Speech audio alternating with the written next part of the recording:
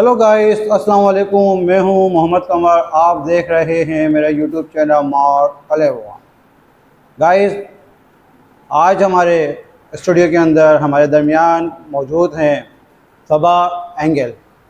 आपने पाकिस्तान में स्टेज के बहुत ज़्यादा प्रोग्राम किए और मौसीकी के अंदर भी आपका लगाव है और आप रैम वॉक भी करती हैं और आप बहुत ज़्यादा मेहनत कर रही हैं। तो आज हमारे दरमियान मौजूद हैं। हमारे सेट के ऊपर एक ड्रामे की शूटिंग चल रही है, तो उसके दरमियान ये मौजूद थी, तो मैं इनको लेके आया। तो आज हम आपका इंट्रोडक्शन करवाते हैं, आपका तारुफ आते हैं सबा एंगल से। अपने बारे में बताइए कि आपने कब से प्रोग्राम को स्टार्ट किया, कितना अर्सा हो गया और किस तरीके से आपने वर्किंग की और किन किन परेशानियों का मुकाबला आपको करना पड़ा, हमारी ऑडियंस को बताएं। मुझे तकरीबन 7-8 साल हो गए शोबिज़ में और बहुत मेहनत की है मैंने आगे बढ़ने के लिए, बहुत दिल लगा कर काम किया है मैंने। और रही रुकावट की बात, तो फैमिली की तरफ से बहुत दबाव था, रुकावट्स थी, मना करती थी फैमिलीज़। और बहुत मुश्किल से यानी कि मेरी जिद्दोजहद के बाद मुझे परमिशन मिली और मैं शोबिज़ में आई। अब मुझे कंप्लीट इजाज़त है अपने घर वालों की तरफ से। मैंने मुख्तलिफ़ ड्रामाज़ में काम किया है, सपोर्टिंग करैक्टर्स किए हैं, एहसास में किया है, पार्टसाई में किया है, मिसेस शमीम में, मेरी सहेली मेरी भाभी में। इसके अलावा मैं रैम वॉक वगैरह भी करती हूँ, मॉडल हूँ। तो अभी यही सिलसिला है, अभी भी सेट पर हूँ मैं, शूट चल रही है शॉर्ट मूवी की, वहाँ आई हूँ। कितना अर्सा हो गया आपको काम करते हुए? मुझे 7-8 साल हो 7-8 चुके। साल हो जी गए। हाँ। तो कैसा लगा शोबिस में काम करते हुए? अच्छा लगा। उतार चढ़ाव आता है लाइफ में, अच्छे बुरे लोग मिलते हैं लाइफ में, बट मेरा एक्सपीरियंस बहुत अच्छा रहा। कोई ऐसा करेक्टर जो आपको एक याद हो, जो हमेशा याद रहने वाली एक चीज़ होती है ना कि आपका करेक्टर कोई ऐसा कि जो आपके साथ हुआ हो, तो वो हमारी ऑडियंस को बताएं कि आपके साथ कोई ऐसा कोई करेक्टर हुआ हो।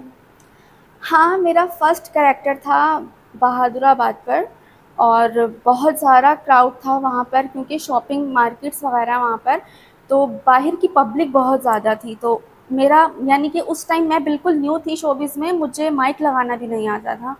मैं बहुत कन्फ्यूज़ थी, यहाँ तक कि जो फर्स्ट लीड हीरोइन थी वो भी कन्फ्यूज़्ड हो चुकी थी।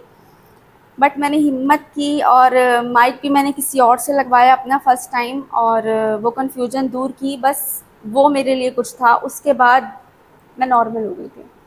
ये डेली की एक्टिविटी के बारे में बताएं कि आपकी डेली रूटीन एक्टिविटीज़ क्या हैं और किस तरीके से अपने इस प्रोग्राम को आप मैनेज करती हैं और किस तरीके से लेकर चलती हैं आप।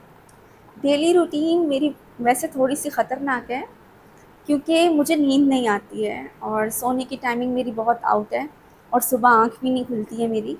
अव्वल तो नींद नहीं आती, सो जाऊँ तो आँख नहीं खुलती। उसके बाद फिर मेरी शोबिज़ का काम और मेरी पर्सनल लाइफ के काम होते हैं, बस यही सब कुछ।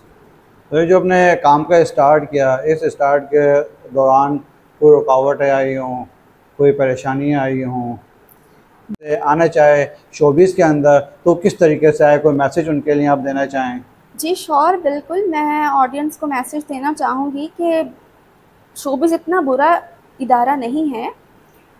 ये आपके दिमाग पर डिपेंड करता है। अगर आप अच्छी नीयत रखते हैं, अच्छी तरह चलते हैं, तो हर महकमा ही अच्छा है। अगर आपके अपने मन में कोई बात है या आपकी नेगेटिव सोचें हैं, तो मैं कहती हूँ औरत के लिए हर इदारा जो है वो ख़राब है। तो इस शोबिस में आपको अपना, हम स्टेज पे काम करते हैं, मेल भी है फीमेल भी है, कोई एजिटेशन तो नहीं है कि ये मर्द है, मैं फ़ीमेल होकर मर्द के साथ काम करूं और जो ये मर्द क्या सोचेगा मैं क्या सोचूंगी? स्टार्टिंग में था बहुत ज़्यादा था स्टार्टिंग में। मैं यानी कि एक अजीब सा माहौल लगा मुझे, क्योंकि मैं बिल्कुल घरेलू टाइप की लड़की थी और फर्स्ट टाइम जब मैंने बाहर की दुनिया में कदम रखा तो कोने में छुप छुप के रोती हुई थी।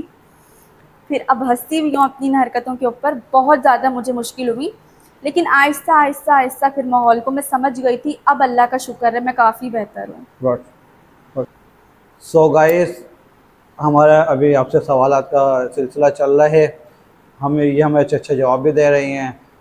तो मिस, आपको कलर कौन सा पसंद है? वैसे तो रेड कलर मुझे बहुत पसंद है, मोस्ट फेवरेट कलर है मेरा, बट पहनने में ज़्यादातर ब्लैक। ब्लैक है। जी। ओके। तो खाने में आप क्या चीज़ अच्छी बना लेती हैं? बिरयानी। बिरयानी। और पसंद भी वही है अच्छा, जी।